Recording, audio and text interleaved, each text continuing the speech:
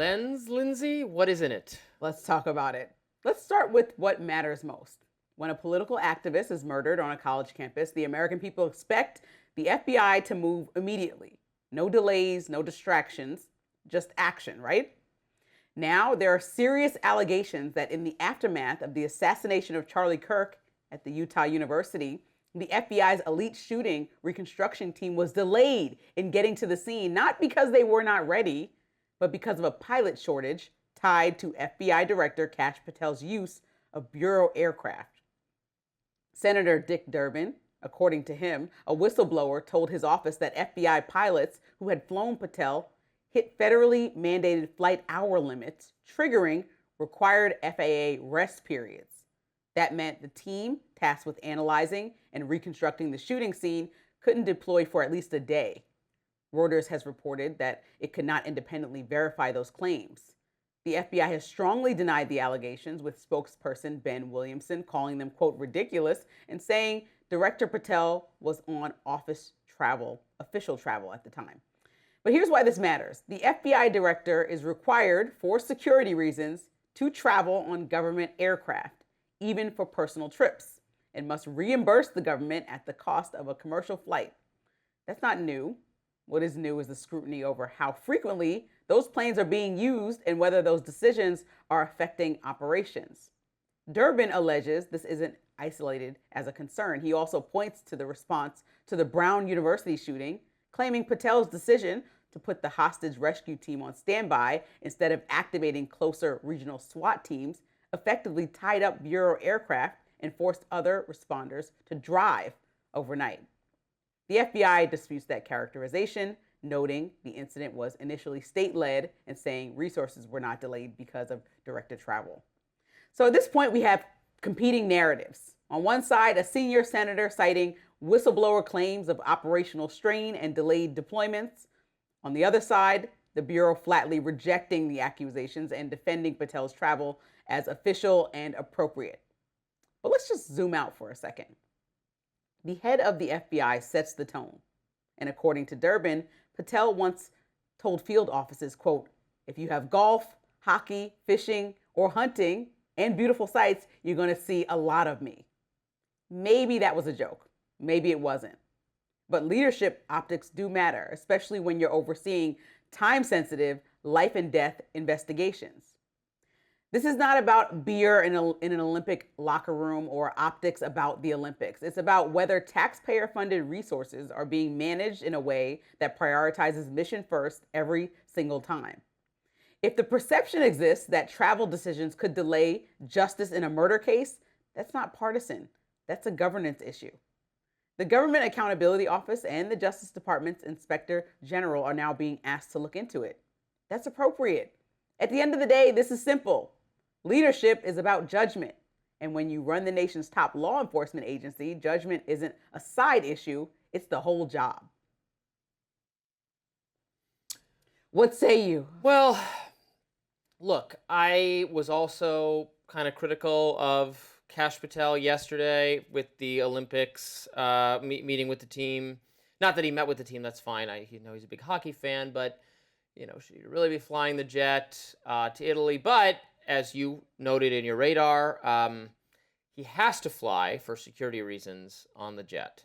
So, I don't think he's obligated to give up all personal travel to do this job. But he must be in Italy for hockey to celebrate. In an ideal world, he would just, if he really wants to go to the Olympics, he would just fly commercial, but he's not allowed to do that. So he's got to take the jet. Yeah, he has to pay for it himself. But they're now saying that was an official trip. So he's blurring the lines he said that they were over there for work. And I'm not mad about somebody in a high power position celebrating with people that have won an achievement of a lifetime. I care about the fact that we're now having examples, and this is on top of the fact that Kash Patel has been the face of many times dropping the ball. So when he comes out and speaks about stuff, even about telling us the wrong information in regards to Charlie Kirk, he's been the face of that, boldly and wrongly. And I think the fact that now we know that his personal travel may or may not, according to this whistleblower, have tied up flights and official aircraft from getting to places that require urgency, that's problematic, tied to the fact that he's not doing a great job. I think we talked about It may be problematic, and he's not doing a good job sometimes with the optics of the job. Um, I mean, I don't know. They captured the Charlie Kirk killer pretty quickly in my book. I didn't love the things he said in the wake of the shooting of the Capitol officers, of the guard in the Capitol. Excuse me. I didn't like. He also said the thing about not bringing a gun to a protest. That was wrong. He's the Epstein thing. We're going to talk about Epstein later, so we should not get into this yet again. he wanted a certain size jacket, I believe, before he stepped off the plane one it's time. embarrassing. Yeah, he's doing a lot of stuff that really doesn't sit well, that you should just take his word for it. I just think that also leadership requires you to have at least appear like you had it together. He's overseeing, and simultaneously, while the Olympics, and there may be an official job for him over there, there are some things that are happening that are in the national spotlight. I know you don't want to talk about Epstein, but now this. No, I just don't want to talk about it right now. Right now, we're going to talk about it later. But even like the fact that the Nancy Guthrie case, whether people think it should be in the national spotlight the way it is or not, it is here. It should be in the national spotlight, certainly. Right, but I'm saying the amount of missing cases. Some people argue like there's so much we could use these same resources for. This is a high-profile instance. Well, it's a high-profile person. And the fact that we're here and the FBI has decided to be part of this investigation, and this woman, unfortunately, is still missing, and he's, again, in Italy for official business. It all doesn't look good. And your job, to me, in this position is to first appear to be organized in getting to some solution, and then also do the job well. And I think that is some of the biggest concern that Kash Patel, he doesn't even seem like he even cares about being correct or looking like he has it all together. And particularly, and I know we're going to talk about Epstein later, but he also has this big thing that's covering the national news every single day about the fact that his agency has redacted a lot and turned it over to the FBI and is not doing any explaining about why this is getting to Thomas Massie and Ro Khanna so sloppily. But he's in Italy. Like, he has the time. On top of that, he's taking personal trips that may or may not be affecting the actual job being done. Well, they may or may not.